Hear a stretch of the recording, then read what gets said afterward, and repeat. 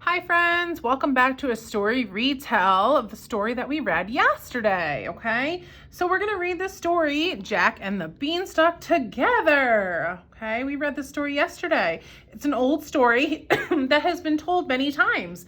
The person who retold the story for this book is Carol Ottolenghi, okay? And then Guy Porfirio is the illustrator. He drew the pictures for this story.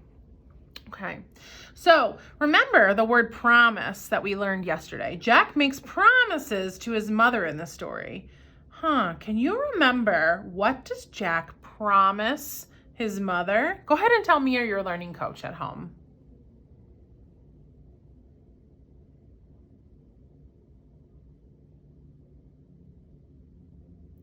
So remember, Jack promised that he would think carefully before selling that cow and not go back up the beanstalk for more gold. Can you remember?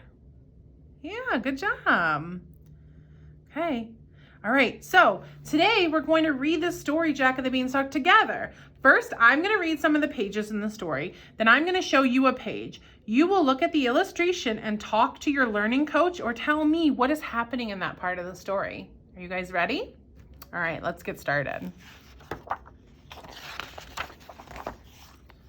Once upon a time, when giants still stomped the land, a widow lived with her son, Jack.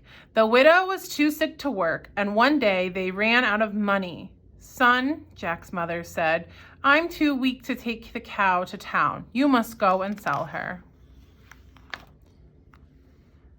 Now, Jack was brave and kind-hearted, but he didn't always use his head. So his mother told him to think carefully before selling the cow. Jack promised he would. He was halfway to town when a man stopped him. "Jack," said the man, "I'll give you 5 magic beans for your cow." Jack thought, how could this stranger know my name, and how could he know that I'm selling the cow? He must have magic powers. Then the beans could be magic too. He traded the cow for the beans and went home, very pleased with the deal. His mother was not pleased. "You were tricked, you silly boy," she cried. "There are no such things as magic beans." Angrily, she threw the beans out of the window. "Now we have no cow and no money," she said. "What shall we do?" Okay, now it's your turn to read the story to me. Can you tell me what happens in this part of the story? Go ahead, I'm going to give you a few minutes to read it to me.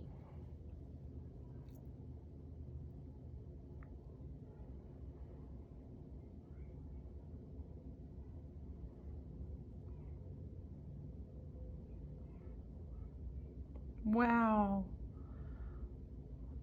Yeah, I see that the beanstalk grew, right? And Jack did what to the beanstalk? He climbed it, and what did he find at the top? Right, he found a castle. Jack knocked on the castle door. A giant woman opened it up. "Who's there?" she asked, peering around. "I don't see well, so speak up." Jack wasn't sure that he wanted her to see him, but he was very hungry. "I'm down here," he said. "Do you have any work I can do for food?" The giantess picked up Jack by his collar and plopped him on the huge stone floor. "Start scrubbing." Thud, thud, thud. "Oh no," said the woman. "It's my husband. Hide in the cupboard so he doesn't eat you. Scrub the floor later." The giant came in, took one sniff. Do you remember what he says? Say it with me. "Fee, fi, fo, fum. I smell the blood of an Englishman. Be he alive or be he dead, I'll grind his bones to make my bread." "Don't be silly," his wife said. "You smell breakfast. Eat while it's hot." After breakfast, the giant opened his bag of gold. He began counting the pieces, but he fell asleep after 135,091. All right, it's your turn to read the part of the story. Go ahead and tell me what's going on in these pictures.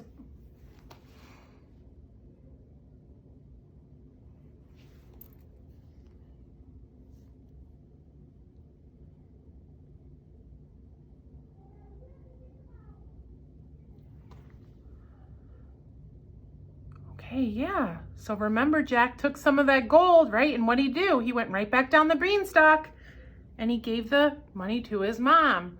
Do you remember what Jack promised his mom, though, here? What did he promise her? Not to go where?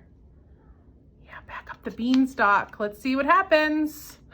The next morning, he climbed up the beanstalk again. I promised not to go back for gold, the boy thought as he climbed. I didn't say I wouldn't go back for something else. After all, it was ours. Jack banged on the castle door. The giantess squinted her eyes and peered down at him.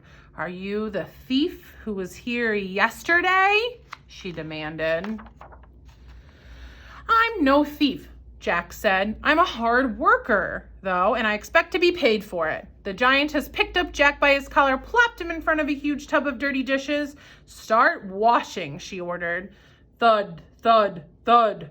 Ah, said the giantess. It's my husband. Hide in the cupboard so he doesn't eat you. Do the dishes later.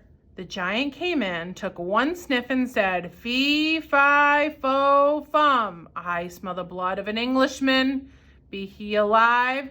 Yeah, interrupted his wife. You smell breakfast. Eat while it's hot. All right, you tell me what happens here. Go ahead, friends. You read the story to me now. Use the pictures to help you tell me what's going on in the story.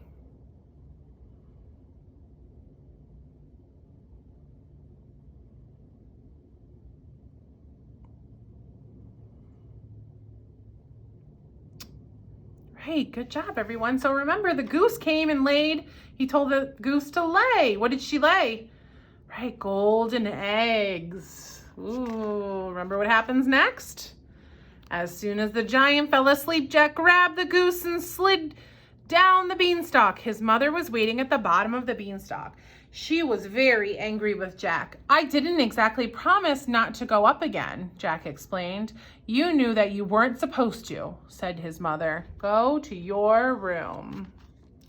Jack knew that he shouldn't, but the next morning before his mother woke, he climbed to the castle. Instead of banging on the door, he crawled in the kitchen window when the giantess wasn't looking. The giant's wife hid me in the cupboard, Jack thought. I'll hide somewhere else. He climbed into the wash tub. Soon he heard thud, thud, thud. The giant came in and took one sniff and said, Fee, fi, fo, fum, I smell. You certainly do, interrupted his wife. That little thief probably sneaked in again. He always hides in the cupboard. But Jack wasn't there. The giant ate his breakfast. Then he got out a golden harp. Play, he roared.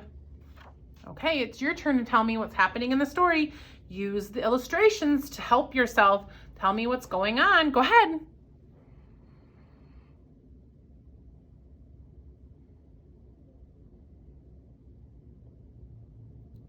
Right, remember, the giant told the harp to play, and the music made the giant go to sleep. Uh-oh, what did Jack do with the harp? Where is he going? Jack half scrambled, half slid down the beanstalk. Mother, he yelled, get the axe. Jack's mother saw the giant close behind Jack. She grabbed the axe and whacked the beanstalk. Jump, Jack, jump, she hollered and whacked again. Jack jumped to the ground. He snatched the axe and whacked the stalk until it snapped in two. Kaboom! The giant and the beanstalk hit the ground together, and that was the end of the giant. Jack, his mother, and the goose and the harp lived very happily together, except for the time Jack went to the town to buy a pig. But that is another story. The end. All right, friends, I had so much fun rereading Jack and the Beanstalk with you all today. I can't wait to see what we have up next. I will see you again soon. Bye, friends.